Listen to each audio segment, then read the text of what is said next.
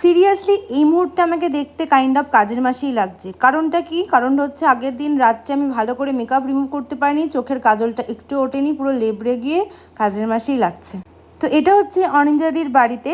তো অনিন্দাদির বাড়িতে সকাল সকাল আন্টি আমাদের জন্য ভীষণ সুন্দর টেস্টি একটা ব্রেকফাস্ট বানিয়েছিল। আমরা যখনই অনিন্দাদির বাড়িতে যাই তখনই মানে আন্টি আমাদের এত ভালো ভালো খাবার রান্না করে খাওয়ায়, এত ভালোবাসে, মনে হয় পুরো নিজের বাড়ি মনে হয়। এই যে পৃথিবীতে নানা অসন্তুষ্টি, নানা খারাপ মানুষের ভিড়েও এই মানুষগুলো মনে করিয়ে দেয় যে না, পৃথিবীতে এখনও ভালো মানুষ, তোমার ভালো মন থেকে ভালো হবার মানুষ কিন্তু এখনও আছে। তো তারপর আমরা সুন্দর করে দুপুরের লাঞ্চে আন্টি আমাদের জন্য এত কিছু বানিয়েছিল, এত কিছু বানিয়েছিল, মনে হচ্ছিল না বিয়েবাড়ি।